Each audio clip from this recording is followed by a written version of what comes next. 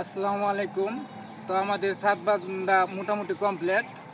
আপনার যারা ইঞ্জিনিয়ারের মতো ওতে কাজ করতে চান তাদেরকে দুইটা কথা বলি যে আমরা গ্রামের যে মিস্ত্রি কাজ করি এমন দুইটা তিনটা কাজ আছে, এই কাজগুলো ফলো করবেন, ইঞ্জিনিয়ার বাপেও আপনার ভুল ধরতে পারবে না।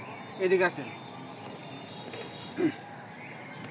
এই যে দেখেন এই যে টপটা যে দিছি, এই টপটা মূলত আপনার সেকেন্ড ক্যারেন পর্যন্ত, মানে দ্বিতীয় ধাপের স্ল্যাবের সেকেন্ড ক্যারেন পর্যন্ত এই টপের মাথাটা এখানে আসবে। আপনি দেখেন এই যে ক্যারেনের গোড়াটা কিন্তু এই নেই, ঠিক আছে? এটা এই পর্যন্ত আনবেন একটু নিচে।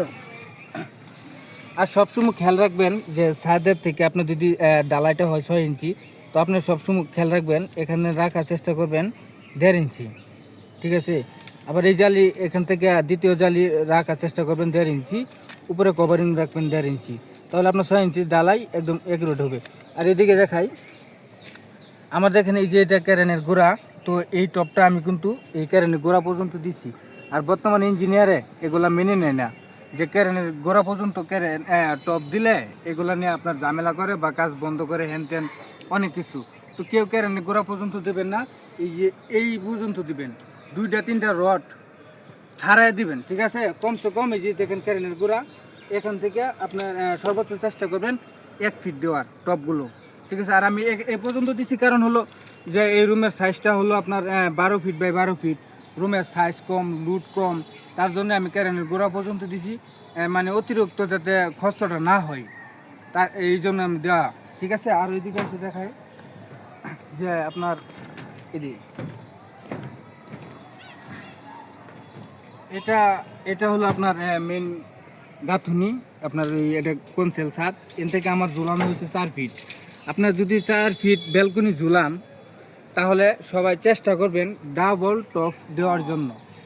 বিম তো অবশ্যই থাকবে, ডাবল টপ দিবেন, তা না হলে আপনার ছাদ এই 1 বছর 2 বছর 3 বছর গেলে দেখবেন আপনার ওই নিচ দেয়া চিকন করে হাইট দিয়েছে। এটা দেওয়ার কারণ কি জানেন?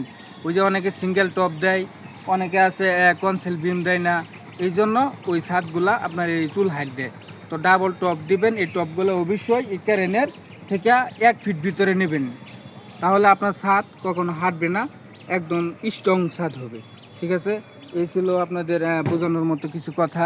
তো আপনারা নিজেরা যদি খেয়াল করে এই কাজগুলো করেন অত্যন্ত ভালো হবে, খুব সুন্দর হবে। সবাই চেষ্টা করবেন যে কাজগুলা গুছিয়ে বা ভালো মতো করার। সবাই ভালো থাকবেন, আমাদের সবাই ভালো থাকবেন, আমাদের ভিডিওতে লাইক দিবেন, নতুন নতুন পরামর্শ দেওয়ার জন্য চ্যানেলটা সাবস্ক্রাইব করে রাখবেন।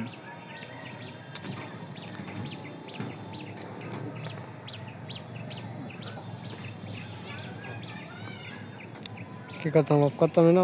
ওকে।